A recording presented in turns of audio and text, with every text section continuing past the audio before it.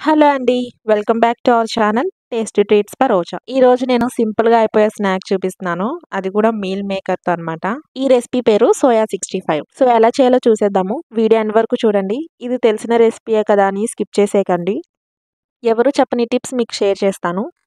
ఏదన్నా ఒక బౌల్ గానీ, కడాయి గానీ స్టవ్ మీద పెట్టుకొని మీల్ మేకర్‌ని కుక్ చేసుకోవడానికి సరిపోయేంత వాటర్‌ని వేసుకోవాలి. నేను ఇందులోకి 1 కప్ వరకు మీల్ మేకర్‌ని వేస్తున్నాను.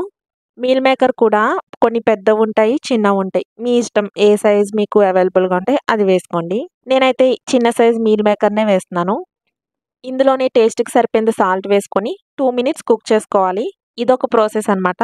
ఇంకో ప్రాసెస్ వచ్చేసి వేడి నీళ్ళల్లో మీల్ మేకర్ వేసుకొని 10 నిమిషాలు అలా నానబెట్టుకోవాలి. అలా కన్నా ఇలా 2 మినిట్స్ కుక్ చేసుకుంటే మంచిగా కుక్ అవుతుంది. సాఫ్ట్‌గా ఉంటాయన్నమాట మీల్ మేకర్. 2 మినిట్స్ తర్వాత వాటర్ అంతా డ్రైన్ చేసేసుకొని ఎక్స్ట్రా వాటర్ అనేది మీల్ మేకర్‌లో ఉంటుంది. అది కూడా హ్యాండ్‌తో మంచిగా ప్రెస్ చేసేసుకుంటే ఎక్స్ట్రా వాటర్ అనేది బయటకొచ్చేస్తుంది. చూసారా? మీల్ మేకర్‌లో వాటర్ అనేది ఉండకూడదు. ఇలా ఉండాలన్నమాట. ఇలా చేయడం వల్ల పిండి కోట్ చేసినప్పుడు ఎక్కువ పిండి పట్టదనమాట. ఇలా వాటర్ అంతా స్క్వీజ్ అవుట్ చేసుకున్నాక ఇందులో అల్లం వెల్లుల్లి paste 1 teaspoon, half teaspoon salt, 1 teaspoon garam masala, 1 teaspoon కారం లేదంటే కాశ్మీరీ రెడ్ చిల్లీ పౌడర్ మీ ఇష్టం ఏదన్నా వేసుకోవచ్చు. చిటికెడు ఫుడ్ కలర్ వేస్తున్నాను. ఇది కంప్లీట్‌గా ఆప్షనల్. ఇష్టం లేకపోతే వేయొద్దు. పావు కప్పు వరకు కార్న్ ఫ్లోర్, అరచక్క నిమ్మరసం వేసుకొని లైట్ హ్యాండ్స్‌తో ఇలా మిక్స్ చేసుకోవాలి. కార్న్ ఫ్లోర్ లేకపోతే బియ్యపిండి, మైదా 2 స్పూన్స్ చొప్పున యాడ్ చేసుకోండి. మైదా కూడా లేకపోతే బియ్యపిండి ప్లస్ శనగపిండి ఆ రెండిటిని కూడా యాడ్ చేసుకోవచ్చు. ఇలా కలుపుతున్నప్పుడు మనకి అర్థమైపోతుంది పిండి సరిగ్గా కోటింగ్ అయిందా లేదా అని.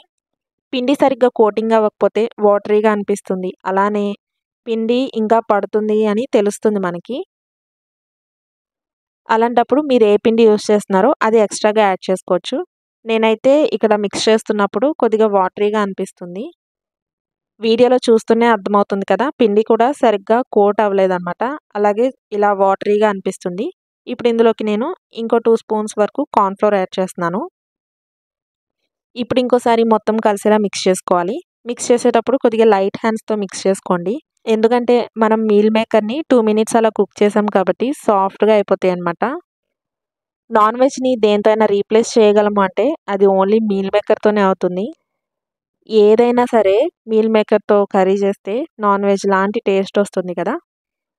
మీల్ మేకర్‌లో ప్రోటీన్ కంటెంట్ ఉంటుంది కాబట్టి వారానికి ఒకసారైనా తింటూ ఉండాలి.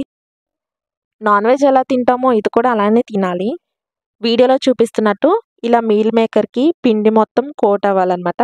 ఇప్పుడు డీప్ ఫ్రైకి ఆయిల్ పెట్టుకోవాలి. మీడియం ఫ్లేమ్‌లో పెట్టుకొని ఆయిల్ హీట్ అయ్యాక ఇలా విడివిడిగా సోయా చంక్స్ అన్నిటిని వేసుకోవాలి. నాకు కొద్దిగా అలవాటు కాబట్టి హ్యాండ్స్‌తో వేస్తున్నాను. మీకు అలవాటు లేకపోతే ఏదన్నా జల్లెడ గరిటెలో వేసుకొని ఒకేసారి వేసేసేయండి. No problem. డీప్ ఫ్రై చేస్తున్నాం కదా! ఆయిల్ ఏమీ లాగదు. మీడియం టు లో ఫ్లేమ్‌లో పెట్టుకొని ఫ్రై చేసుకోవాలి. మీల్ మేకర్ ఫ్రై అవుతున్నప్పుడు స్టార్టింగ్ స్టేజ్‌లో ఇలా ఎక్కువ బబుల్స్ వస్తూ ఉంటాయన్నమాట. ఇలా సోయా చంక్స్ అన్నీ వేసుకున్నాక వెంటనే గరిటె పెట్టి కదపకుండా ఓ 2-3 మినిట్స్ వెయిట్ చేసి కలపండి. లేదంటే పైన కోటింగ్ చేసుకున్న పిండి మొత్తం గరిటెకి అంటుకుని పిండి మొత్తం బయటకొచ్చేసి సరిగ్గా ఫ్రై అవ్వదు. ఇవి ఫ్రై అయినట్టు ఎలా తెలుస్తుందంటే మనం గరిటె పెట్టి కలుపుతున్నప్పుడు క్రంచీగా ఉంటాయన్నమాట. అలానే పిండి కూడా వెల్ కోట్ అయ్యి బబుల్స్ కూడా ఇలా రావడం తగ్గుతుంది. ఇలా ఉంటే ఇక ఫ్రై అయిపోయినట్టే. మీడియం టు లో ఫ్లేమ్‌కి అడ్జస్ట్ చేసుకుంటూ ఫ్రై చేసుకోండి. ఇవన్నీ ఇలా ఫ్రై చేసుకున్నాక టిష్యూ పేపర్‌లోకి తీసుకోవాలి. నేను సగం వేసి ఫ్రై చేశాను. మిగతా సగం బ్యాచ్‌ని వేసుకొని ఫ్రై చేసుకోవాలి.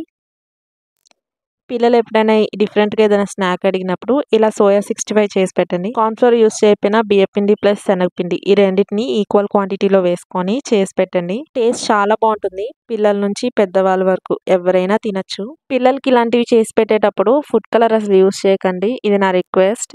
నేను ఇలాంటి రెసిపీస్ చేస్తే గనక మా పిల్లలకి అసలు పెట్టను. మేమే తింటాము. హెల్తీగా చేస్తే గనక డెఫినెట్‌గా వాళ్ళకి టేస్ట్ చూపిస్తాను.